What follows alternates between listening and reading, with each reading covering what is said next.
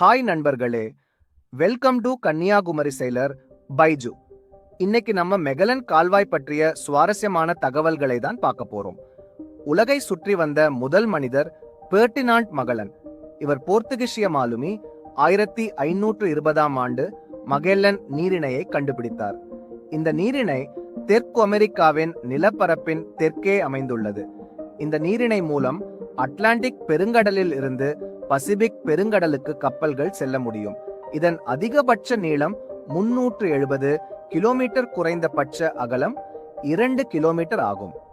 இந்த இயற்கையான பாதையின் குறுகலானது மற்றும் கணிக்க முடியாத அலைநீரோட்டங்கள் மற்றும் காற்று காரணமாக உலகிலேயே செல்ல மிகவும் கடினமான பாதைகளில் ஒன்றாக கருதப்படுகிறது. தற்போது ஒவ்வொரு ஆண்டும் சுமார் 1500 கப்பல்கள் இந்த பாதையில் செல்வதாக மதிப்பிடப்பட்டுள்ளது. இந்த வீடியோவுக்கு ஒரு லைக் தட்டிக்கிட்டு போங்க நண்பர்களே.